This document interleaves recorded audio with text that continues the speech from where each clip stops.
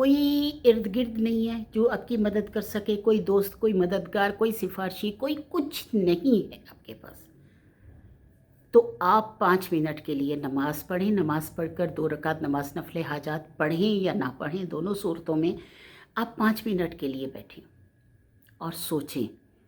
آنکھیں بند کر لیں، اپنے دل میں اللہ تعالیٰ کو محسوس کریں کہ اللہ آپ کے ساتھ ہے، کیونکہ اللہ خود فرماتا ہے اللہ معیّ، اللہ میرے ساتھ ہے. یعنی اللہ تعالیٰ نے بار بار اس چیز کا ذکر کیا ہے کہ میں صابرین کے ساتھ ہوں، میں تم لوگوں کے ساتھ ہوں. اللہ نے فرمایا کہ میری سمائی کسی چیز میں نہیں، لیکن میں مومن کے قلب میں سما جاتا ہوں. اپنے دل کو سارے خیالوں سے پاک کر لیجئے. سوچ لیجئے کہ آپ کا کوئی مددگار نہیں، سوچ لیجئے کہ آپ کا کوئی ولی نہیں، سوچ لیجئے کہ آپ کو اس مشکل سے کوئی نہیں نکال سکتا.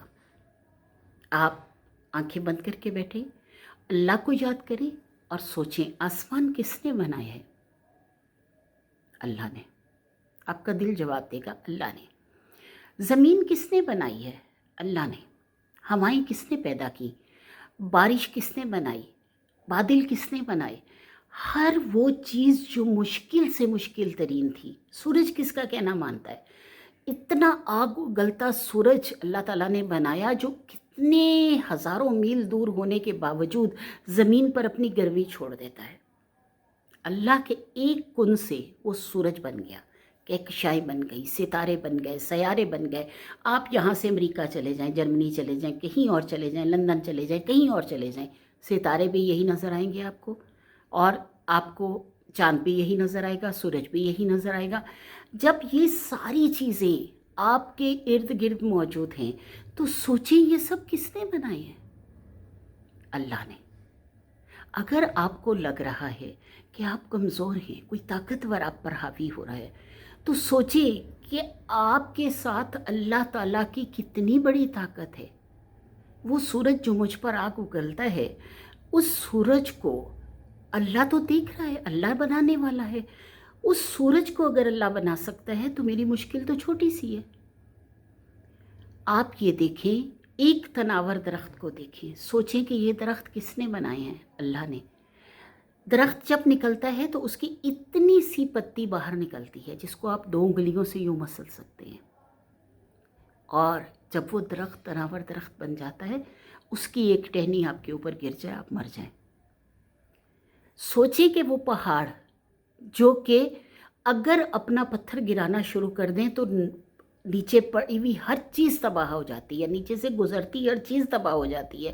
وہ پتھر جو ہے، وہ پہاڑ جو ہے، وہ آپ کو اتنا بڑا پہاڑ جو نظر آ رہا ہے جس کو آپ ہلا نہیں سکتے، اس کو کس نے بنایا ہے؟ اللہ کے کن نے. تو اللہ کا کن جو ہے وہ زیادہ طاقتور ہے، اللہ زیادہ طاقتور ہے یا وہ چیزیں؟ تو جب یہ پہاڑ، یہ سورج، یہ آگ اگلتا سورج، یہ تناور درخت، یہ دنیا کی جتنی بھی چیزیں ہیں، کہکشائیں، سیارے، ستارے جو ہم پر گر جائیں تو ہم مر جائیں، ہماری دنیا ختم ہو جائے، سب کچھ ختم ہو جائے، تو جب یہ ساری طاقتور چیزیں اللہ تعالیٰ نے بنائیں تو وہ اللہ آپ کی مشکل کو دور نہیں کر سکتا؟ وہ اللہ آپ کو اس مشکل سے نکال نہیں سکتا؟ بس پکارنے کا فرق ہے. وہ آپ سے پیسے نہیں مانگتا، وہ آپ سے یہ نہیں کہتا جاؤ فلاں کو سفارشی لاؤ، وہ آپ سے یہ نہیں کہتا کہ بدلے میں مجھے یہ دو، وہ آپ سے یہ نہیں کہتا کہ بدلے میں میرے لیے یہ کرو. یعنی وہ آپ سے کوئی بدلہ نہیں مانگتا، کوئی احسان نہیں مانگتا، کوئی چیز نہیں مانگتا.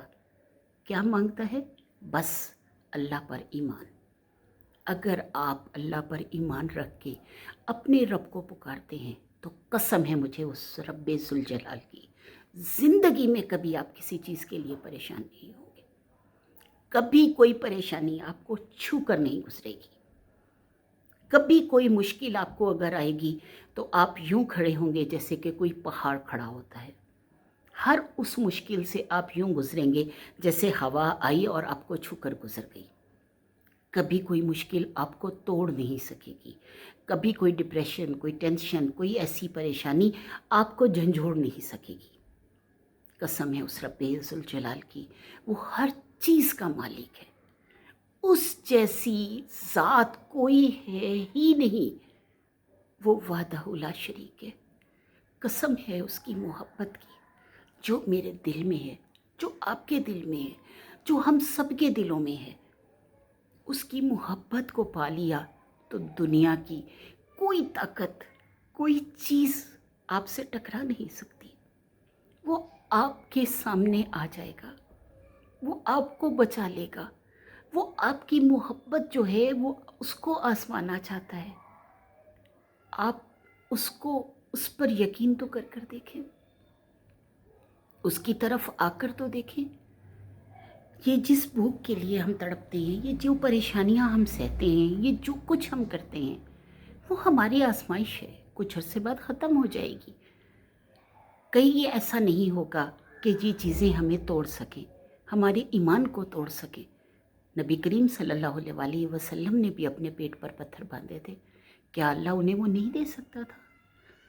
نبی کریم صلی اللہ علیہ وسلم نے اپنے بیٹوں کو خود اپنے ہاتھوں قبروں میں اتارا تھا۔ کیا اس سے زیادہ بھی کوئی دکھ ہو سکتا ہے؟ کیا نبی کریم صلی اللہ علیہ وسلم پر طائف میں پتھر نہیں برسائے گئے؟ ان سب پریشانیوں کے باوجود، ان سب چیزوں کے باوجود کیا اللہ سے محبت کو انہوں نے چھوڑا؟ نہیں۔ ہم کمزور ہیں، ہم نبی نہیں ہیں، ہم ان کے قدموں کے، ان کے غلاموں کے قدموں کی خاک بھی نہیں ہیں، ہم کچھ بھی نہیں ہیں۔ لیکن اللہ کی محبت اگر ہم پالیں تو اللہ تعالیٰ ہمیں ٹوٹنے نہیں دیتا، اللہ ہمیں جوڑ کے رکھتا ہے۔ اور ہم یعنی جب دعا کرتے ہیں تو ہمیں یہ سمجھنا چاہیے کہ اللہ اگر ہمارے حق میں بہتر ہے تو یہ ہمیں عطا کر، اور اگر ہمارے حق میں بہتر نہیں ہے اور کہیں ہم سے کوئی پریشانی، کوئی ایسی تکلیف، کوئی ایسی بات آ جاتی ہے، کوئی ایسی مصیبت ہمیں آ جاتی ہے تو اللہ تعالیٰ اس کو دور کرنے والا بھی تو ہی ہے۔ جو رزق میرے مقدر میں لکھا ہے وہ کہیں جا نہیں سکتا، جو رزق میرے مقدر میں نہیں لکھا وہ کبھی آ نہیں سکتا۔ لوگوں کے اوپر حکومت کرنا چھوڑ دیں، کیونکہ یہ محبت کا طریقہ نہیں ہے۔ لوگوں پر حکومت نہ کریں، ان سے محبت کریں، اللہ کے لیے محبت کریں۔ اور جب آپ اللہ کے لیے محبت کریں گے تو اللہ آپ کے راستے کھولتا چلا جائے گا۔ اللہ کے جو بندے ہیں ان کے لیے آسانیاں پیدا کریں، اللہ کے بندوں کے لیے مشکلات میں اضافہ نہ کریں، اللہ کے بندوں سے نفرت مت کریں۔ جو بھی اگر کوئی بہت بڑی سے بڑی بات بھی کر جاتا ہے اسے اللہ کے لیے معاف کر دیں، اور جب اللہ کے لیے معاف کر کے آپ رشتوں کو جوڑ کے رکھیں گے تو اللہ تعالیٰ آپ کے لیے آسانیاں پیدا کرے گا۔ وہ جو ہے وہ اپنے عمل کا خود بھگتے گا، اپنے عمل کو خود بھگتے گا، لیکن آپ کو اللہ تعالیٰ جو ہے وہ کبھی نہیں چھوڑے گا۔ یعنی آپ کی محبت، آپ کی جو اطاعت ہے اللہ کے لیے، یعنی اللہ سے آپ جو محبت کرتے ہیں، اللہ کی جو اطاعت کرتے ہیں، اللہ اس کی قدر کرنے والا ہے۔ اللہ فرماتا ہے کہ میں کبھی بھی کسی کی رتی برابر بھی، رائی برابر بھی نیکی ضائع نہیں کرتا۔ ایک اور جگہ اللہ نے فرمایا لا یظلمون فتیلا، کہ نہیں اللہ ظلم کرتا دھاگے برابر بھی۔ تو دھاگا کتنی سی چیز ہوتا ہے۔ اللہ تعالیٰ کی محبت کو پانے کے لیے، اللہ کی طرف آنے کے لیے اس ذکر کو اپنائیے کہ بیٹھیے اور 5 منٹ اللہ کا ذکر کیجئے۔ سوچئے کہ یہ سورج کس نے بنایا؟ اللہ نے۔